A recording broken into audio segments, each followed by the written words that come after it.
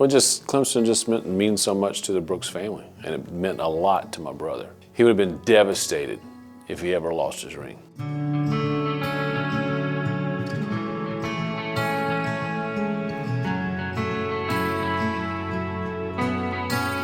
Yes. We would always get in trouble, so we were always pretty tight. You know, if there was fun to be had, we were basically having it together. So he was very protective. He's protective of the family. He's protective of Dad, and especially his mom over here. 3 generations of Brooks men have graduated from Clemson now. There's been a lot of family tree that have come through Clemson and successfully graduated.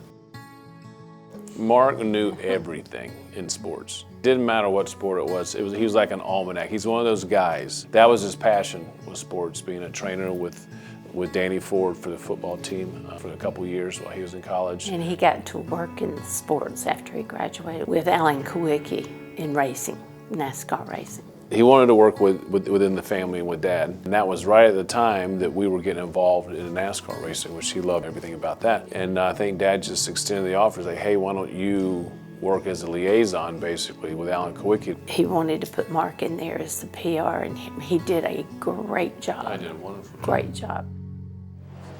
It was an emotional morning at a place where the drivers are often fulfilling their dreams. It's a wake-up call to let you know how short life is and how quick it can go.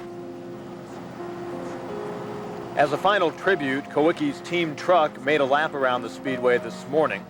Authorities will now spend the next several days determining just what it was that made the plane carrying Kawicki and 3 others go down Thursday night. I graduated in August of '92, and the crash was April of '93. I remember we could smell the heavy presence of fuel. Approaching the scene, you could see there was a fire. You couldn't tell anything because it was up on the hillside. You weren't able to see the specific crash site from the road. I can remember us putting the fire out and what we saw like it was yesterday. And I can remember going into the track the next morning. It was very somber that whole weekend. I mean, there at the track, it was just a different atmosphere. It's just, you don't get over it. It's just sad, you just don't get over it.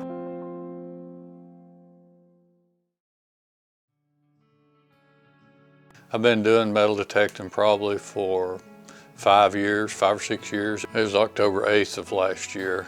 A friend of mine got the permission for us to detect this field that the plane had crashed in. I had reservations about going because of the crash site. I just worry of what a person could find. I'm more interested in the Civil War relics or colonial relics, and that it being a hayfield in Blunteville, there's a good possibility that both of those items could be there. So I agreed to go with the guys. We got up there early that morning. Targets were everywhere. The second target I got was, the VDI number was like a 83, 85, which is the range of a Civil War bullet. I dug a plug probably 6 to 8 inches deep, flipped the plug over, and could see the outline of a ring in the hole. I never saw him without that ring on. No. Never. He was so proud of it. Never. He was so happy with his ring and his graduation from Clemson. We assumed it was just lost forever. Started rubbing the dirt off of it, and I saw Clemson University on it. Pushed the dirt out of the inside of the ring and wiped it a little bit, and I could see Mark Van Brook's name inscribed in it. And I got my phone out, looked up the plane crash, and found that he was one of the people that died in the crash, that he was 26 years old. He was the CEO's son of Hooters. He was PR guy for Alan Kawicki.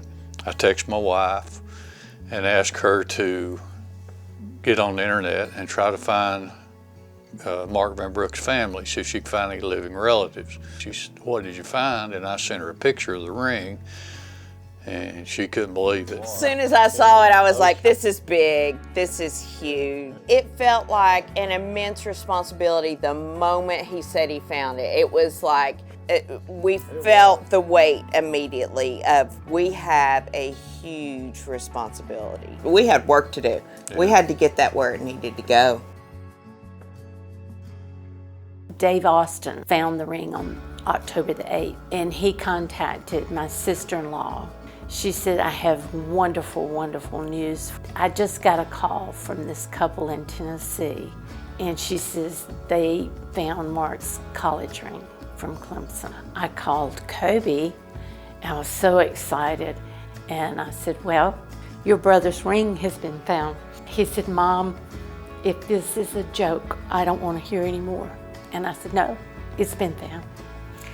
And he immediately said, I have hit the lottery.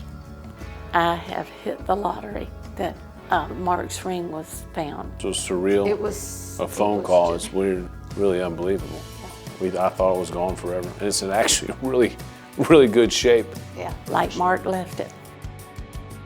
To get that nod 30 years later, to get that, hey Mom, here you go, 30 years later, it's a big deal.